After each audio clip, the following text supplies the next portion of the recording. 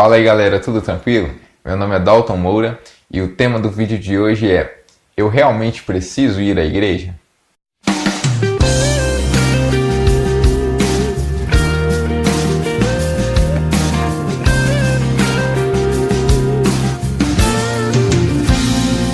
Antes de começar, se você não assistiu o vídeo da semana passada, eu vou deixar o link aqui em cima para que você assista, porque eu também falei a respeito da igreja. E os assuntos dos dois vídeos, então, eles são meio que complementares um ao outro.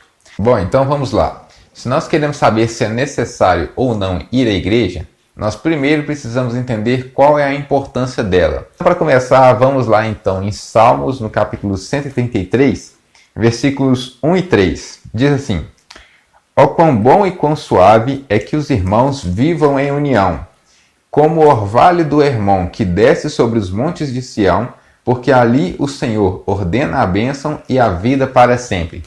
Ou seja, aqui já mostra um conceito da importância de você viver em união com seus irmãos. E isso acontece estando na igreja. Então, ou seja, Deus ele ordena a bênção porque há união entre mais de uma pessoa. Agora, se olharmos, nós temos também lá no Novo Testamento, no livro de Mateus, capítulo 18, a partir do versículo 19, diz assim: também vos digo que se dois de vós concordarem na terra acerca de qualquer coisa que pedirem, isso lhes será feito por meu Pai que está nos céus. Porque onde estiverem 2 ou 3 reunidos em meu nome, aí eu estou no meio deles. Veja que nesta referência, Jesus está sendo ainda mais enfático em falar da importância das pessoas concordarem entre si. Ele diz que quando elas concordam em qualquer coisa e pedem a Deus em oração, Deus assim atende. Da mesma forma, ele diz que se 2 ou 3 estiverem reunidas no nome dele, ele também estaria presente. Então, a gente vai ver Jesus ele mostrando um conceito de unidade, que quando as pessoas têm a mesma visão, o mesmo foco, o mesmo alvo, o mesmo objetivo, elas então vão alcançar a bênção, como diz lá no Salmo 133, porque é agradável que os irmãos vivam em união. Se a gente observar, a Bíblia inteira ela fala a respeito de unidade.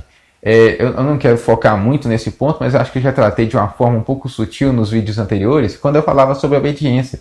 Quando nós escolhemos obedecer a Deus naquilo que Ele fala pela sua palavra, nós estamos aplicando um conceito de unidade. Todos nós pensando da mesma forma que Ele, pois Ele norteia o que nós devemos pensar. E se nós concordamos com o que ele pensa, nós então nos tornamos um com ele em pensamento, em questão de convicção daquilo que nós seguimos nessa vida. Então, se você observar, a Bíblia inteira vai ter inúmeras referências de unidade, de você pensando igual à maioria e sempre com um bem coletivo, não como um bem individual.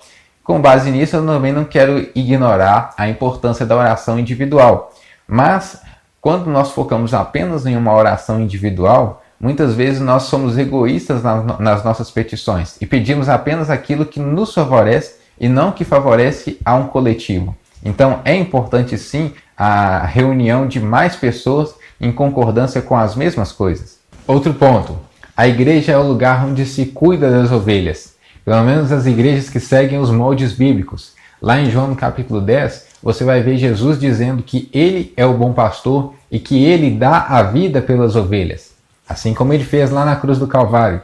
E logo depois dele ter morrido e ressuscitado, ele então aparece para os discípulos e ele passa essa tarefa então para Pedro, porque as ovelhas eram de Jesus, mas ele comissiona Pedro para continuar o cuidado com as ovelhas que são dele.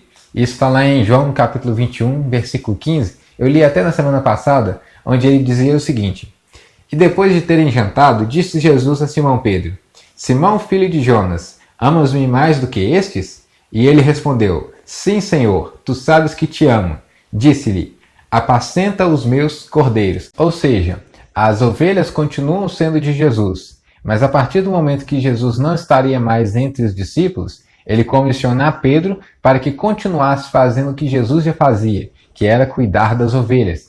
Da mesma forma, aqueles que vieram depois dele e até os dias de hoje, os pastores que cuidam das igrejas, eles têm que ter essa preocupação de cuidar daqueles que são de Jesus, das ovelhas que fazem parte do rebanho dele, pois um dia todos irão prestar contas diante de Deus. mas os pastores eles terão uma responsabilidade muito maior sobre as ovelhas que eles estavam tomando conta para Jesus. Outro fator, Cristo morreu pela igreja. Isso está lá em Efésios 5:25, que diz assim: Vós, maridos, amai vossa mulher, como também Cristo amou a igreja e a si mesmo se entregou por ela. Ou seja, Cristo não apenas amou a igreja, mas também ele se sacrificou por ela. Mas então, para que nós sejamos participantes tanto do amor de Cristo, como também do seu sacrifício, nós precisamos ser igreja. A palavra igreja vem do grego eklesia, que significa chamados para fora. Agora preste bastante atenção que essa parte é um pouquinho mais complicada. Jesus ele veio anunciando o reino de Deus. E ele curou, fez os milagres mostrando o que continha no reino de Deus. Quando ele veio, ele trouxe luz para aqueles que estavam nas trevas. Então, a partir da vinda dele, nós pudemos ver que nós estávamos em trevas. Mas Jesus ele nos chamou para fazer parte do reino dele. E ele mostrava que no reino dele tinha curas, milagres, maravilhas. E que nós, para que fizéssemos parte desse reino, nós precisaríamos estar em obediência a Deus e amá-lo de todo o nosso coração e com toda a nossa vida. Então, assim nós seríamos transportados do reino das trevas para o reino da luz. Agora, se a igreja significa chamados para fora, o chamado é exatamente esse: saia do reino das trevas, venha para o reino da luz. Só que hoje nós estamos no reino das trevas de forma física, mas espiritualmente falando, nós então já fomos transportados para o reino de Deus.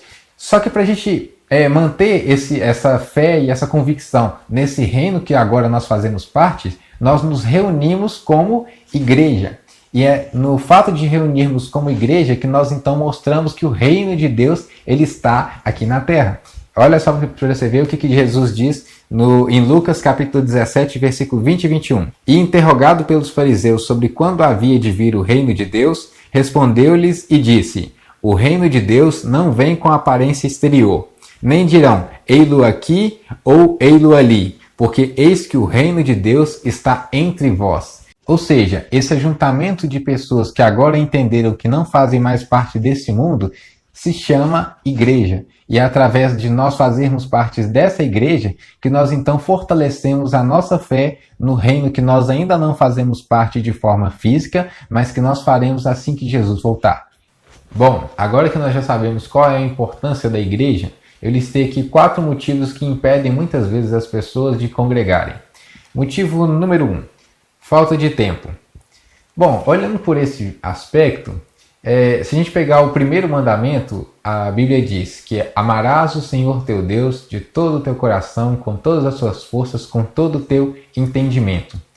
Para a gente cumprir esse mandamento, será que a desculpa de falta de tempo seria algo justificável diante de Deus?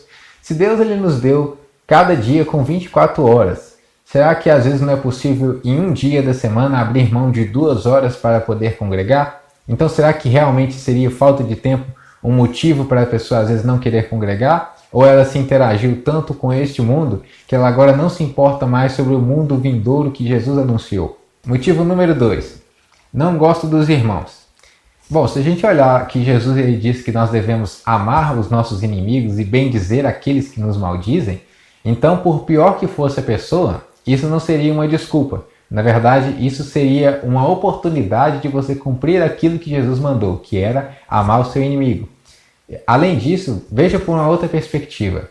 Se você vai para o céu e os irmãos que você também não gosta, eles vão para o céu, como é que vocês vão disputar lá em cima? Vai falar assim, Senhor, manda um cada desses irmãos aqui descer porque eu não gosto deles não.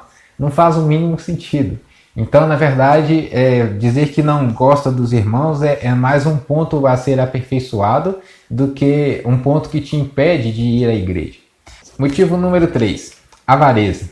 Tem gente que você chama para poder ir para a igreja, parece que ela faz uma associação relâmpago de igreja com dízimo e oferta, e ela não quer nem saber o que vai ter na igreja, ela só pensa no momento que talvez ela vai se sentir coagida a tirar alguma nota da carteira.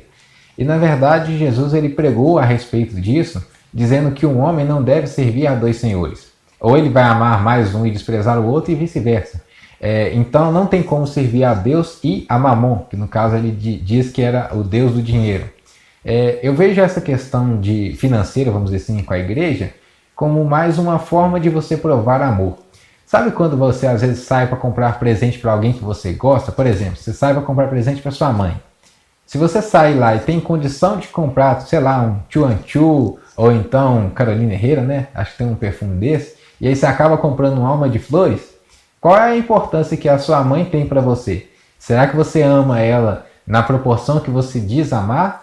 Ou simplesmente você, né, ama ela um pouquinho só e para poder disfarçar, dar uma tapeada, fala assim, vai qualquer presente só para poder não passar em branco.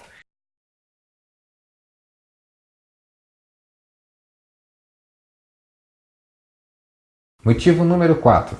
Soberba ou orgulho. Existem pessoas que pensam que tudo aquilo que acontece no culto ela pode reproduzir dentro da sua própria casa. E que o conhecimento que talvez um pastor tenha para passar para a congregação seja algo que ela detém ainda com uma quantidade talvez até maior. Mas na verdade, por mais que a pessoa saiba a respeito de algum assunto, ela não pode ser arrogante ao ponto de pensar que nunca pode aprender coisas novas com pessoas que talvez não tenham a mesma bagagem que ela. Se você se dedicar a ser especialista em alguma coisa, por exemplo, seja em qualquer ramo de atuação, você vai ver que vai ter pessoas que vão saber uma pequena coisa talvez que você não sabe, mesmo que tenha muitas coisas que ela vai querer aprender com você. Além disso, eu separei aqui 2 perguntas que surgem dentro desse assunto, que são elas. É possível ser salvo sem ir à igreja? Olha, tem perguntas que a gente não pode responder nem que sim, nem que não, porque elas dependem de um terceiro fator que só Deus é capaz de discernir, que é a intenção e a motivação do coração.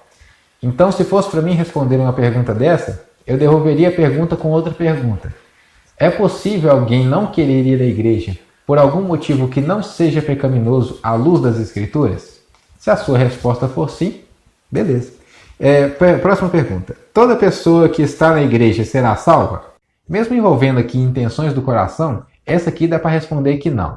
Por quê? Dentro das igrejas você vai ver pessoas com motivações claramente erradas. Por exemplo, vai ter pessoas que elas estão ali só para encontrar um namorado ou namorada, outras porque são forçadas pelos seus pais a estarem na igreja, e nada no reino de Deus ele vem de forma forçada ou ele vem como de tabela. Você vai buscar uma coisa, mas você vai acabar encontrando outra como consequência, mesmo sem você querer. Então não tem como dizer que só por você estar na igreja que você já é salvo.